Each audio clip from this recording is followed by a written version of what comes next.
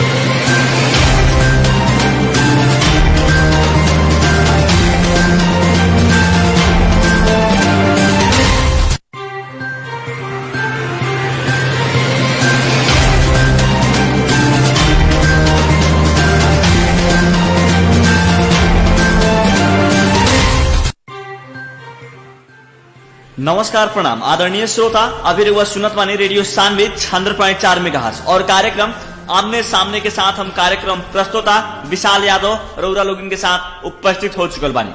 समसामयिक विषय पे निरंतर चर्चा रेडियो सानवी के साथ में सुन रहल बानी और चुनावी माहौल बहुत ज्यादा गर्म बाटे। अभिन के अवस्था में देखा जाए तो पैसा भी बहुत जगह पकड़ा रहल बाटे और जनता अब की बात पैसा से बिकाए वाला नहीं खी इस संकेत लागत बाटे। विभिन्न पालिका में देखल जाए जहां भी पैसा के बार्गेनिंग होता है, जहां जनता स्पॉट पर भुगत बानी और जनता वहां डायरेक्ट वीडियो और जौना भी माध्यम से ओके विरोध करे के परे जनता विरोध कर रहा बानी। बहुत परिवर्तन 5 साल में जनता में देखे के मिलल बाटे। इ परिवर्तन देख के बहुत खुशी लाग रहा बाटे। चुनाव गरीब जनता खातिर इ चुनाव नइखे रहल, इ कुछ दिन पहले जनता भी कहत रहन, लेकिन ई अवस्था हमेशा खातिर रही। पैसा अगर पकड़ात रही, जनता पैसा के विरोध करत रहे तो एगो गरीब के लड़का भी चुनाव लड़ सकत बानी। बहुत दिन पहले ही बोल वाला रहे गरीब के लड़का लोग चुनाव ना लड़ सके कहियो जिंदगी में। बिजनेसमैन चाहे जरा खूब पैसा बा उहे चुनाव लड़ सकत बानी। लेकिन काल आज के संकेत से और बीतल समय से आ रहल, जब से पैसा के चल खेल विभिन्न पालिका में आवत बाटे, जनता वही दिन से विरोध करे के शुरू के लिए बानी। बहुत आशा लागत बाटे जो जनता पर की निष्पक्ष भावना से और बढ़िया कदम उठाए और परिवर्तन करें और जे जनता के साथे जैसन काम कैले बानी वैसन काम के जरूर उत्तर यानी काम के जवाब जनता दे। ये 30 गते आज भर जितना भी स्थानीय उम्मीदवार लोग बानी, स्थानीय तह के सब कोई आज भर प्रचार प्रसार लास्ट बाटे और आज 12 बजे रात से मौन अवधि शुरू हो जाए। एक बाद प्रचार प्रसार करे के नाम मिली।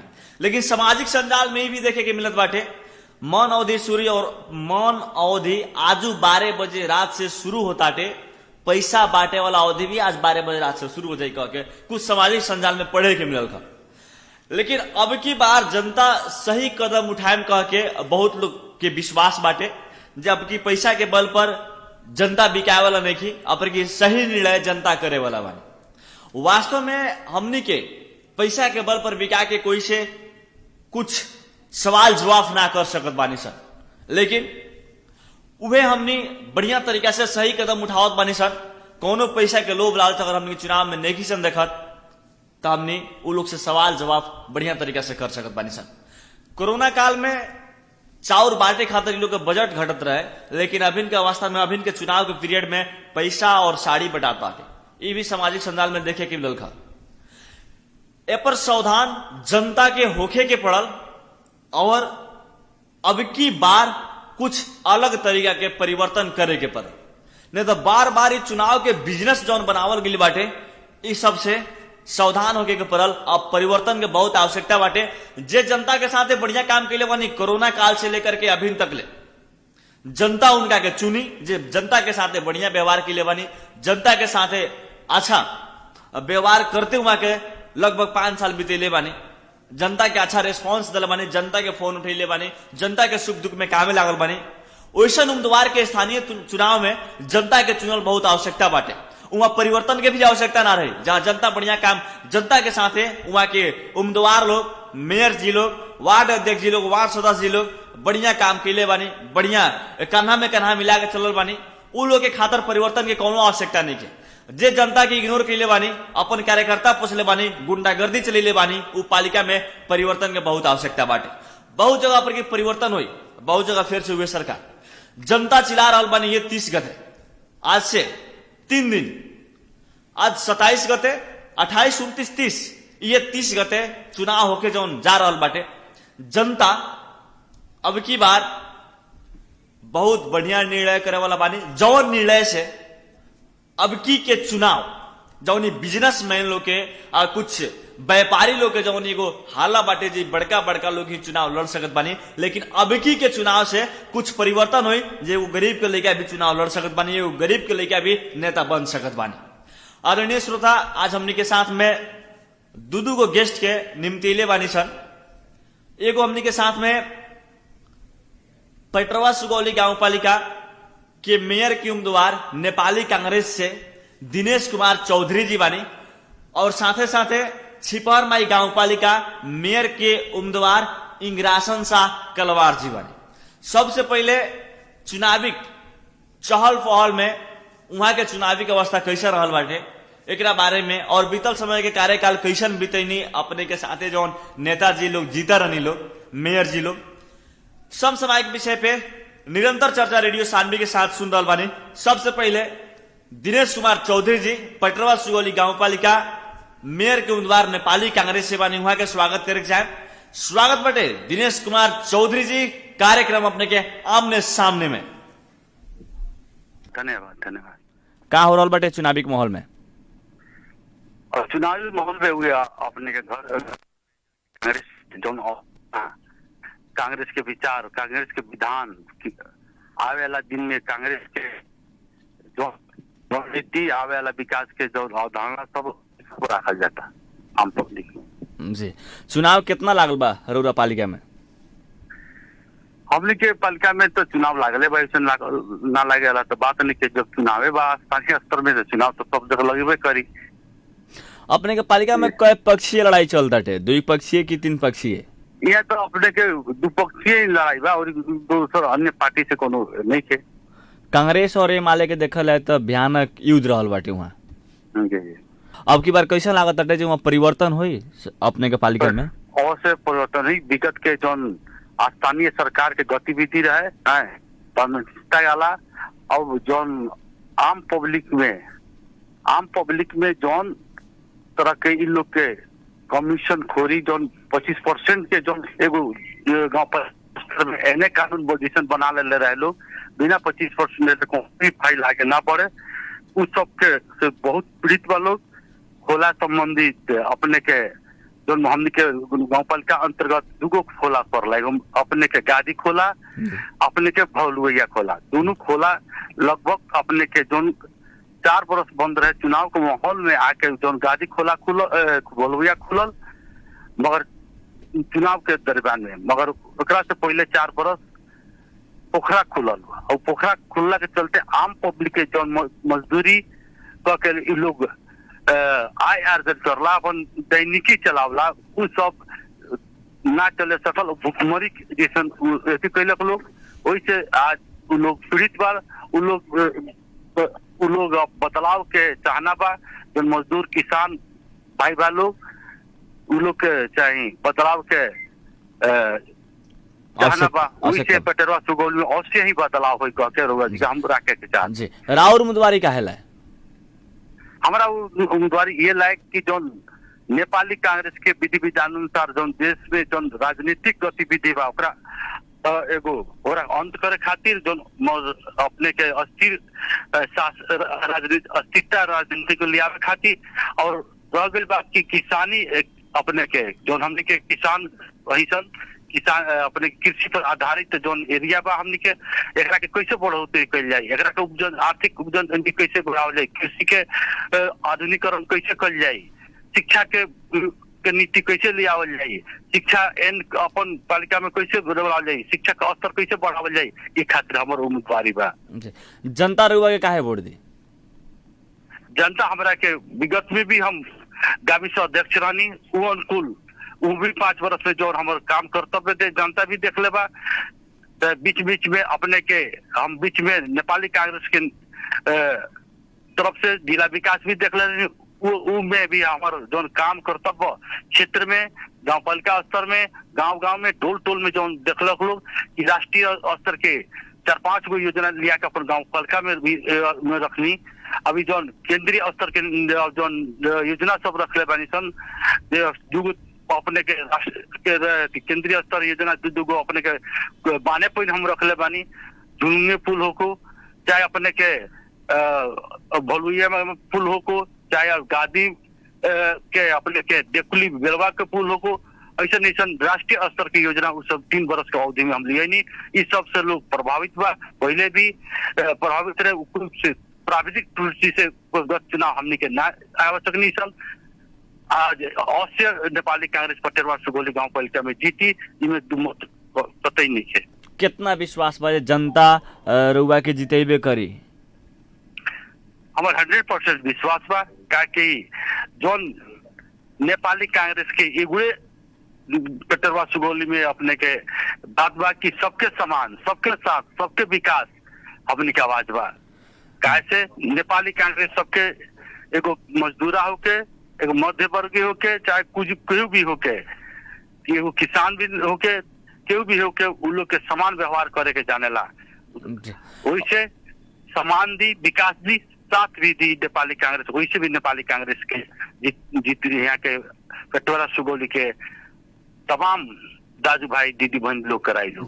लगभग बीतल समय के अपने के जे मेयर साहब रहनी हरिनारायण चौधरी जी नेकपा एमाले से के निर्वाचित भई रहनी, उहाँ के 5 साल के कार्यकाल जौन बीतल बाटे, 5 साल के कार्यकाल से उहाँ के जनता और रउआ कितना संतुष्ट बानी लगन? अब 5 साल के कार्यकाल में तो रुआ यहाँ हमने के हरेक पालिका में लागत कि एम्बुलेंस आ गई बा जी, नगर पालिका में आ गई बा, मगर पटेरवा सुगौल में एगो एम्बुलेंस लेके खरीद के सकल जी। और वहाँ के अध्यक्ष चढ़े वाला 1 करोड़ के गाड़ी बा, मगर एगो एम्बुलेंस भी आम पब्लिक के जो मन रोगी जे पड़ल चाहे कुछ समस्या आयल, कोई भी समस्या आयल, यहाँ से सदर मुकाम पुगावेला, बिजनेस पुगावे तकले कोई भी सर साधन अपने के पटेरवा सुगौली गांव पालिका ना देखलक जी, मगर अपन व्यक्तिगत ऐस आराम करे खातिर करोड़ों रुपया के गाड़ी इनके लोग चल रहा बा लोग। लेकिन वहाँ शिक्षा का अवस्था कैसा रहल बाटे अपने के पालिका के? अब शिक्षा के अवस्था तो ये बात है कि शिक्षा के जो हमने के स्थानीय सरकार भइल, स्थानीय सरकार के तो अपन शिक्षा एन बनावे चाहिए, अपन पाठ्यक्रम बनावे के अधिकार बानू जी।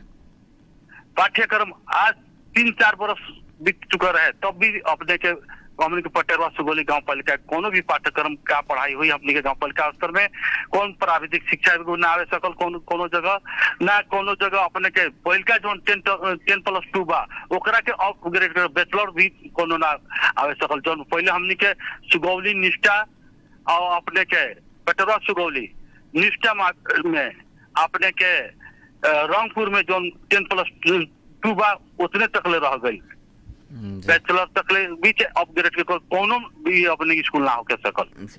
स्वास्थ्य के अवस्था कैसा रहल बाटे? अब स्वास्थ्य के अवस्था तो अब रउआ लोग तो भुलाई नहीं के। अब का बा कि स्वास्थ्य के अवस्था ई बा कि ई लोग एगो MBBS भी एगो बहाली करे ना सकल लोग गांव पालिका स्तर में, मगर और गांव पालिका के तुलना में पटेरवा सुगौली गांव पालिका में अपने के आंतरिक आय स्रोत अच्छा बा। यहाँ MBBS डॉक्टर भी रह सकला, बेड आला अब 25 बेड 20 बेड 25 बेड के अपन निजी स्रोत से पटेरवा सुगौली गांव पालिका हॉस्पिटल भी संचालन कर सकला। लेकिन देखल है तो 5 साल के दौरान में कोनो ऐसा शिक्षा और स्वास्थ्य में और कृषि में जौन कहल है तो सुधार नहीं खे आई, नहीं खे। यहाँ तक कि अपन घर ना बनावे सकल, गांव पालिका कार्यालय ना बनावे सकल, तो और विकास सुधार कर सकी। अब ये भी बात रुआ से बतावे के चाहे, जब सुधार ना आवे सकल लगभग 5 साल के दौरान में, ना शिक्षा और स्वास्थ्य में, ना कृषि में सुधार आवे सकल, ना वहाँ के विकास में कौन सन प्रगति लगभग 5 साल के दौरान में ना भइल, तो रउरा लोगिन तो एगो माने एगो जनता के नजर में गार्जियन रउरा लोगिन भी तो रहनी, एगो विरोध तो कर सकत रहनी, विरोध तो कर सकत रहनी। कर सकते रहे, विरोध भी कैले बानी सन। समय समय में खोला में जो खोला के दुरुपयोग भइल उस समय में न्यूज 24 भी अपने देख ले उस समय में खुद हम अपने उपस्थित होकर विरोध कैले रहनी। लेकिन विरोध रउआ लोग कुछ दिन विरोध करी, ओकरा बाद में फिर रउआ लोग शांत हो जाई, कोनो भितरिया मिलो मत तो ना हो खेर रउआ लोग से जोन एजेंडा आई रहे, जोन खोला के गुंडा आई रहे उनमें हमने के लाद के अपने बंद करा के छोड़ ली सन। वैसा ही अपने के इन लोग के जोन गैर तरीका से नियुक्ति को ले रहे लोग उनमें भी हमने के उजरी ठाव में देनी चले जाके, यहाँ तक कि सीडीओ साहब भी हम जाके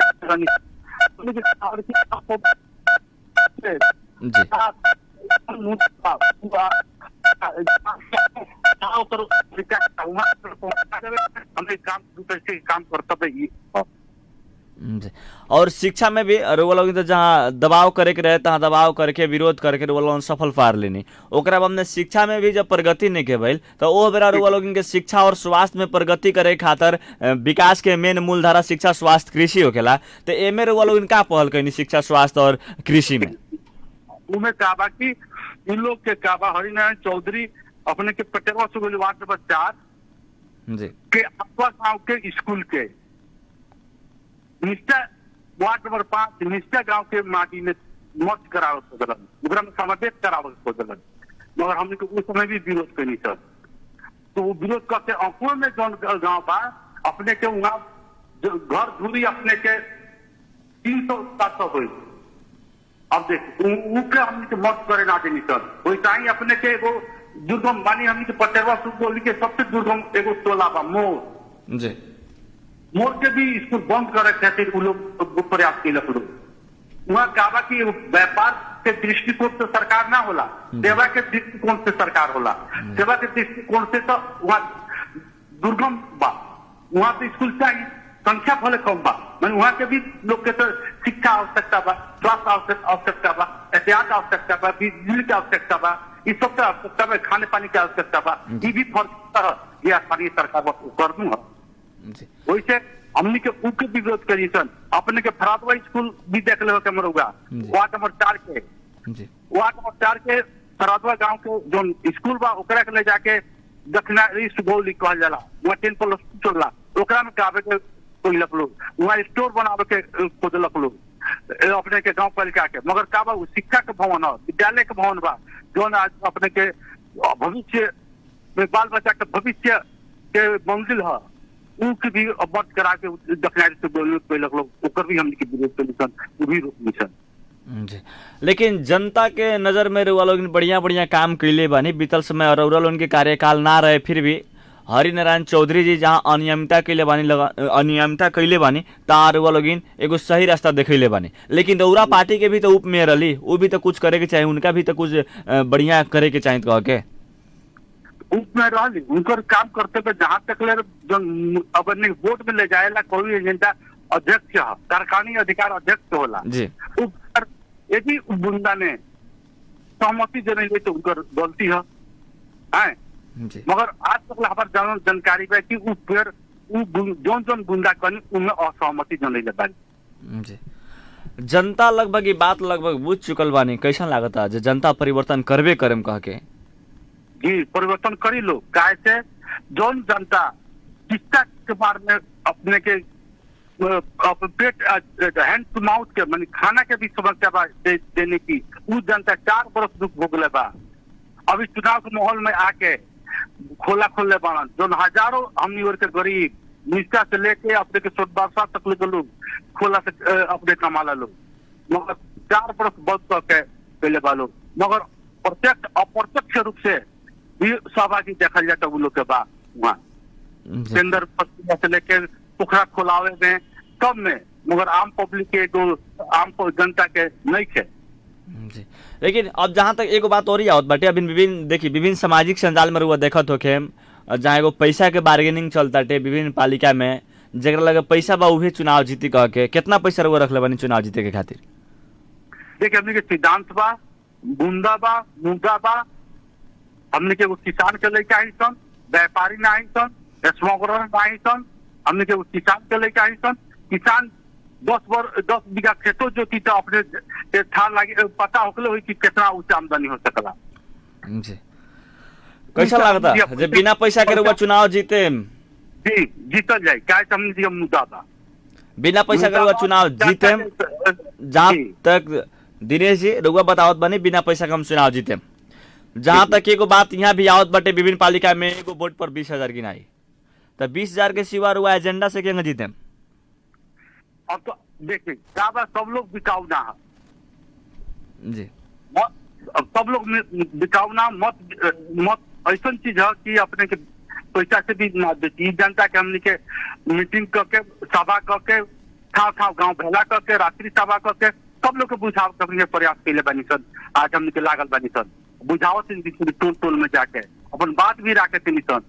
मगर बहुत ऐसा दाजू भाई बा लोग हमने के पटरवा सुगोली गाँव पालिका के दीदी बनी बा लोग सब लोग बुझ चुकल बा लोग ये बात। जी अब की बार बिना पैसा के चुनाव पटरवा सुगौली गांव पालिका में हुई और सही निर्णय हुई। दिनेश जी रउआ बात बतावत बानी। जी जी अब अगर चुनाव दिनेश जी जीतत बानी तो राउर एजेंडा का करबा? हमारे एजेंडा रुआ करबे करनी आधुनिकीकरण के रही। हमार एक गांव एक बाली का अवधारणा रही कि अपने के बैचलर तक हमने के गाँव पालिका स्तर में पढ़ाई हुई। वो प्राविधिक शिक्षा के सबसे पहले हमने के प्राविधिक शिक्षा में जोड़ देते सन। भी हम ठाम पर रखे थी सब बात आए अपने के पहले भी हम कैसे एगो विद्यार्थी जीवन से राजनीति करत आवत नहीं। एगो शिक्षा के बहुत बुझे थी। बिना शिक्षा से कोई भी समस्या समाधान ना हो सकला। शिक्षा रही तो हमने के घर घर जाए के इतना ट्रक भड़क से चुनाव जौन होगा था वो भी ना हुई। जी एजेंडा रखे वो एजेंडा समझ करके ये सब बात आ जाए। ये जौन आर्थिक प्रलोभन वाला भी बात निर्वाचन और उससे हमने के फायदा बा।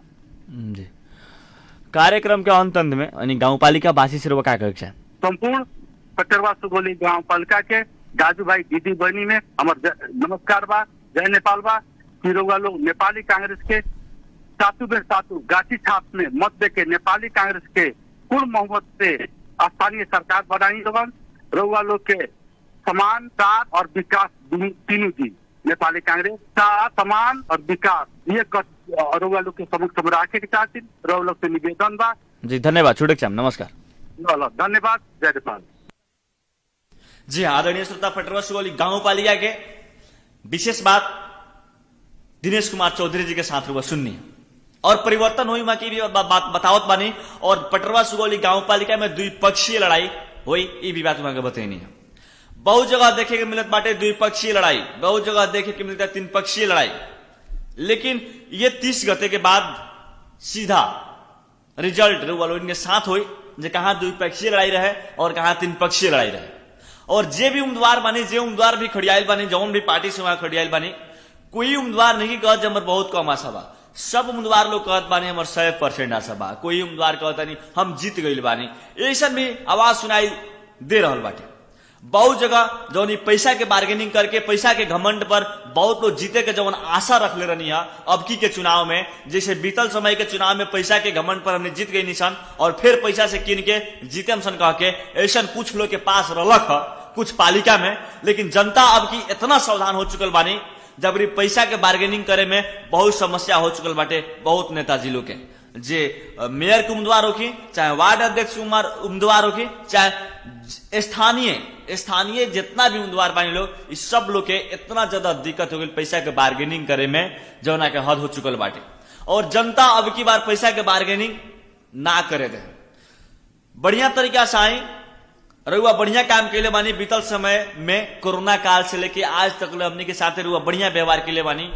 रउआ के हमने चुनाव जिताएम से जनता ई चिल्ला रहा बानी। रउआ हमारे साथ कितना बढ़िया व्यवहार करनी। बहुत लोग अपन कार्यकर्ता पालनी वहां के अपन कार्यकर्ता के हर चीज पैसा जो भी रहे कार्यकर्ता पाले वाला काम बहुत लोग करें। लेकिन कार्यकर्ता पाले वाला जितना लोग भी काम कैले बानी वास्तव में खाली एगो कार्यकर्ता के वोट दिला से वो लोग जीतत बानी आकि जनता के वोट दिला से जीतत बानी ये चुनाव में पता लगी। बीतल समय में पैसा के बल पर चुनाव जीते रहनी लोग कुछ लोग के हवा से भी कुछ लोग जीते रहनी। लेकिन अब की बार सही निर्णय, जनता सही कदम उठावे वाला बानी और जनता सही निर्णय करे वाला बानी। आदरणीय श्रोता, जमनी के साथ में फिर से दूसर का गेस्ट इंग्रासन शाह कलवार जी बानी, वहां के छिपार माई गांव पालिका के जसपा पार्टी से मेयर के उम्मीदवार बानी। इंग्रासन सर, कार्यक्रम आमने सामने में स्वागत बा अपने के। हमरा तो स्वागत है सर। का हो रहल बाटे? अभी हमार विशाल रैली निकलल बा जी जी। चुनाव कितना लागल बाटे रूरल के पालिका में? चुनाव तो बहुत माता के आशीर्वाद से एकदम 105% हमके विजय हो चुकल बा। खाली 30% के मतदान के लोग इंतजार कर रहा बा। आज ही पता कर सकता नहीं कि और माई गाँव पालिका में जनता लोग से, चाहे सुरक्षा कर्मी लोग से, चाहे पत्रकार भाई लोग से पता कर सकता है। 3 गो दल बाटे चुनाव लड़ल। 3 गो दल में कांग्रेस, एमाले, जसपा। तो कांग्रेस आ एमाले के बराबर, 2 दल के बराबर अकेले हमार महाजुलूस निकलल बा जी। दोनों से बेसी खुद मेरे कम ना बेसी बा, दोनों से बेसी बा जी। कितना विश्वास बा जे जनता रूबा के अब की बार वोट दी? एकदम सर 105% एकदम जनता पर विश्वास हुआ। हमरा के जिता दिले बा, अभी के लहर में जिता दिले बा। ऐसे विगत चुनाव में हम टोटल 75 वोट से हारो रहनी। ऐसे जनता के पहले विकास पहले ही कैले रहनी। 74 के चुनाव से पहले 73 में जन इतना न काम पहले ही कैले बानी हम, जो सब लोग जानता है। 74 के बाद सब रास्ता तुरलक अपने गाड़ी घोड़ा से बनौनी। तो जानता है सर हम काम कैले बानी, जनता हमारा चाहते बाटे। सब लोग जानते हैं यहाँ के उहे काम बा विकास करे के जी। छिपौर माई गांव पालिका में बीतल समय के कार्यकाल जे नेताजी रहनी अपने के मेयर साहब जी, वहाँ के कार्यकाल शिक्षा और स्वास्थ्य में कितना प्रगति कैले बाटे? कुछ प्रगति नहीं सर, तो काम कैले बानी। वहाँ के खाली प्रोजेक्ट खाए वाला काम कैले बानी। कौनो स्कूल में बेंच नहीं है, तो में धोखा नहीं है, कुछ नहीं है बैठल है। स्वास्थ्य में जाकर देखे बा न डॉक्टर बा, न कुछ न कहते, न दवा, न कुछ नहीं है। बजट समझे एकदम पूरा खा गए लोग। बिना महीना कैले रोड चले का हल ही नहीं है, स्वास्थ्य हल ही नहीं है, शिक्षा हल ही नहीं है।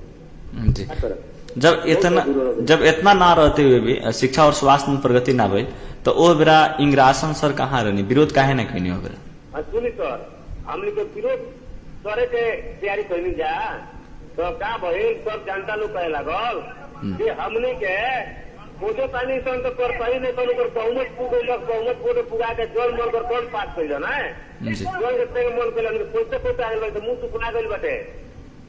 कोई दलीय गठन पैसा करके परिषद पास लेसन कैले, जन पोखरी में अपन परिषद पास करके जन जन कौन काम कैले बड़े। पैसा तुमके अपन लगानी कैले बड़े कथी में, खाता में, जूता में, चप्पल में, ओकरा बाद में गैस में, ओकरा बाद में और मैंने कभी मैंने 2 रुपया फायदा के नाम होला सामने में बजट डाल के पूरा अपन कमीशन कैले बड़े। सोलर बोरिंग में 11 लाख के 2 लाख के बोरिंग के 11 लाख पास करके पैसा निकल बड़े। इन्हें सब पर काम कैले बड़े। तो सब कहे के मतलब सर सिस्टम उनकर मिले तो जन पास करता रहे तब का स्वास्थ्य में पैसा लगे कौन स्वास्थ्य सुरक्षित हुई, शिक्षा में पैसा लगे कौन शिक्षा गाड़ी बढ़ी, कृषि में लगे कौन कृषि गाड़ी बढ़ी, कुछ में लगाने पहले। राउर उम्मीदवारी का है पड़ल? हमारे उम्मीदवारी पड़ल सर विकास करते रहे। शिक्षा, स्वास्थ्य, सिंचाई, कृषि, इस सब पर हमारे ध्यान देते हुए हम ये पर लागल बनी सर। एकदम विकास करते रहे, नाला रोड सब बनाओ की तरह। जानते बनी हमारे विधायक जी हमारे भैया बानी जौन 30 साल में नहीं भाई 4 साल में कह देखा दिला बनी नु हमने के सोच ये बाजी जनता के सेवा करके हम गइल बनी सन विकास करे खातिर आइल बनी सन। तो हमने के में अगले के कोनो जरूरत ना रहे। देखनी सन 40 वर्ष से हमने के ये देखते थे चली सन लगभग 50 वर्ष से उम्र होके जा रहल बाटे। 35 वर्ष हम ये देखता नहीं जोरा दोते कांग्रेस, एमाले, माओवादी सब ने संसद जीते गए लोग। मैंने अभी तक कुछ हमने के नहीं के भाई ऐसे हमने कोई संसद आइल बनी सन के चुनाव लड़ल बानी, जनता के सेवा करे खातिर हम लड़ल बानी जी। जनता रुआ के काहे वोट दी? रुआ जनता खातिर काथी कइले बानी? जनता को बहुत कइले बानी। जनता को एक रुआ अपने मीडिया लोग पटा के पूछ सकता नहीं हर जनता से एक से इंद्रासन जी जानता बिना पद पर रहते हुए जनता के सेवा कितना करी है वो सब लोग को जानता है। कोरोना काल में कितना सहयोग है जनता? कोरोना काल में सर अपना लगता पता कल है उन चाउर बाटे आई रहे हमारा छिपर माई वार्ड नंबर 1 टोल भलवनिया में तब 3 के 5-7 को चाउर बांट के ट्रैक्टर लेके चल गए।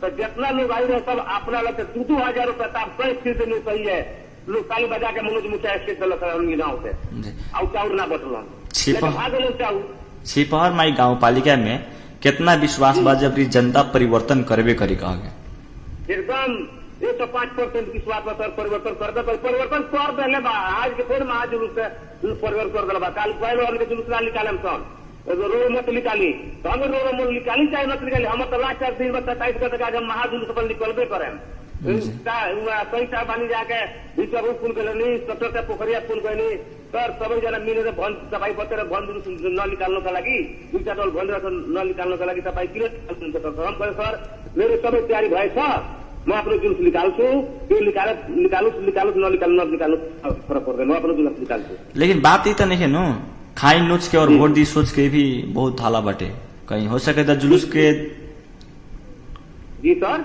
खाई नोच के और वोट दी सोच के जो को बात चलत बाटे तो हो सके जुलूस में कहीं बाहरों को लोग आयल भी कैसन भी आरोप हो सकता अपने के ऊपर सर एगो बात देख ली इंद्रासन जी के जौन जुलूस भर लगे हम सुकर भरेला बोरू पलियर में ना गेला अपन एकदम निजी छिपर माई के लोग के हमारे जुलूस है पता कर सके जंगल के देख सकता नहीं या सुरक्षा कर्मी लोग लागल बाटे मीडियो भी लोग लागल बा पता कर सकता नहीं उ लेकर जुलूस में अलग नवीन जी बोलावल अपन बाबू साहब वालों शिकारपुर में इंडिया से बोलावल गाड़ी मोटरसाइकिल मंगावलन मनोज मुखिया मंगावलन इसे ढेरियाला पकुमा से हमारे उस समय काम नहीं हमारा घर के जरिए से बसंतपुर बच्चे पटोला एक पिछले से मोटरसाइकिल आई हुई हमारे गाँव के लोग के हुई लोग विपक्षी हमारे हुई लोग पूछ सकता नहीं दफा न बोलाई ना हम जौन हमारे निजी रहला तो रैली हम निकाली ने नॉमिनेशन के बराबर निकल रहनी आज भी निकल तो सोकल निकाली ना हम दफा जी जीतेम रहुआ अब की बार हुआ चुनाव जीतत बानी और हुआ कहत बानी 105% हम चुनाव जीतेम कह के अब की बार अगर हुआ चुनाव जीतत बानी तो काथी और एजेंडा बाटे वाह सर तो जीत गई बानी हम तो हमारे एजेंडा इतना ना बा जी जो अब मत कही गरीब के जितना घर बाटे पूछ के उजाड़ दे के जेरनर चाली दलित के ना जी जितना घर पाके घर बाटे सब के टीना हमरा बनावे के बाद जी ओकरा बाद सिंचाई खतरा एकदम जल बोरिंग हला के खेत में पूरा पुल हला के लाइन दौड़ा के मोटर से चला वाला सिस्टम करे हम सब्सिडी दे जी अपना गांव पालिका से हम अपन क्षमता पर रखता लेकिन जितना रुआ लोग निबतिया कहे नहीं चुनाव जीते से पहले वास्तव में रुआ पूरा करे सके एकदम हम कर पता सर हमारा क्षमता बता दूगो पैसा खाए तो हल ही नहीं है भगवान हमने खाए कमाए के भगवान जी दे दिल बानी हमारे घर कोनो लालच नहीं है ऐसे सब के पहले भी जानता जो हम मनोज मुखिया के कथी रहे चुनाव लड़वन करना कथी रहे आ जीत के कथी बना लन तो विकास कहाँ से करियन इंदिरासन जी के लगे सब क्यों जानता जो हाँ उनका दुनिया से कोनो मतलब नहीं है उनका जनता के सेवा करके आयल वाला सब जनता लोग भी कह रहा था सब जनता के लहर आयल बता इंदिरासन जी जीता के चलिए बहुत बहुत धन्यवाद बाटे अपने समय देने के खातिर रुआ व्यस्त भी बानी अभी अजी अपन पालिका के अपन गांव पालिका वासी के कार्यक्रम का अंत में रुआ क्या कहे चाहे हम गांव पालिका वासी लोग अंत में ये कहना चाहता नहीं जो अपने लगे सब के हूँ ईमानदारता पूर्वक इंदिरासन शाह कलवार के छिपर माई गांव पालिका में इंदिरासन शाह कलवार के खाता काप में वोट लगा के भारी बहुमत से विजय कराई और पूरा बहुमत के साथ से हम विजय कराओ जौन जगह एजेंडा रख ले बानी पूरा एजेंडा हम पूरा करे हम तैयारी बानी ये दू सब हम बानी पर समाज करते नहीं जय मोदी जी धन्यवाद आदरणीय श्रोता हमने के साथ में रनिया इंदिरासन शाह कलवार जी वहाँ के छिपहर माई गाँव पालिका जसपा से मेयर के उम्मीदवार बनी और वहाँ के बतावत बनी जब चुनाव हम जीत गई बनी रैली बहुत ज्यादा बाटे बहुत लोग पुगल बाटे हम आधे चुनाव जीत गई बानी 105% चुनाव जीत गई बानी वहां की भी बात बतेनी जनता सही निर्णय कहीं कहीं जरूर करें जहां गलत बात तहां गलत जहां सही बा जहां सही जनता निर्णय करे वाला बाने और अब की बार बहुत जगह चहल पहल जोनी जसपा के चहल पहल देखे के मिलत बाटे और भी पार्टी के देखे के मिलत बाटे लेकिन अब परिवर्तन कहाँ आवश्यकता बाटे जनता खुदे जानत बानी वो बतावे के ना पड़ी जहां परिवर्तन के आवश्यकता बा तहां जनता परिवर्तन कर रहल बानी और कर चुकल बानी लगभग लेकिन रिजल्ट खाली सुने के बाकी रहल बा जैसे इंदिरासन शाह कलवार जी बतैनी है जब खाली चुनावे बाकी बा बाकी तो हम चुनाव जीतिए गई बानी खाली वो रिजल्ट सुने के लगभग के बाद बतैनी खाली रिजल्ट सुने के बाद लेकिन देखल जाए तो हम चुनाव जीत चुकल बानी वहां के बाद बतैनी जे जनता के काम में सराहनीय काम कैले बानी जे बढ़िया काम कैले बानी जनता के साथे दुख सुख भोगले बानी जनता जरूर सपोर्ट करे। जे जनता के इग्नोर करके अपन कार्यकर्ता पोसले बानी, गुंडा राज चले बानी, वहां के जनता तो जवाब ये चुनाव में दे, ये 30 गते दे। और जनता की भाषा है, हमर भाषा ना है। जे कुछ पालिका में गुंडई चलावल, जनता के साथ अभद्र व्यवहार कई, जनता के गुनासो। और जनता ये 30 गते कुछ जनता भोर पारे वाला नहीं, कोरोना काल से लेकर के आज तक के हिसाब जनता ये 30 गते वाला इनके देवे वाला बानी। जनता के नौ घूमता नहीं, लेकिन सही निर्णय जनता कर रहा बानी लगभग। आदरणीय श्रोता, समय हमने के लगा बहुत कम रहला और बहुत कम समय में रुआ लोग इनके साथ में उपस्थिति जनाव के रहला। कार्यक्रम रुआ लोग सुन के साथ देने के खातिर बहुत बहुत धन्यवाद देते। साथ में टेक सपोर्ट करके साथ देने अनर्जित यादव जी, उमा के भी बहुत बहुत धन्यवाद देते। कार्यक्रम आमने सामने से हम कार्यक्रम प्रस्तुता विशाल यादव छूटे के चाहे सुनत रहे रेडियो सानवी 96.4 मेगाहर्ट्ज। नमस्कार, प्रणाम।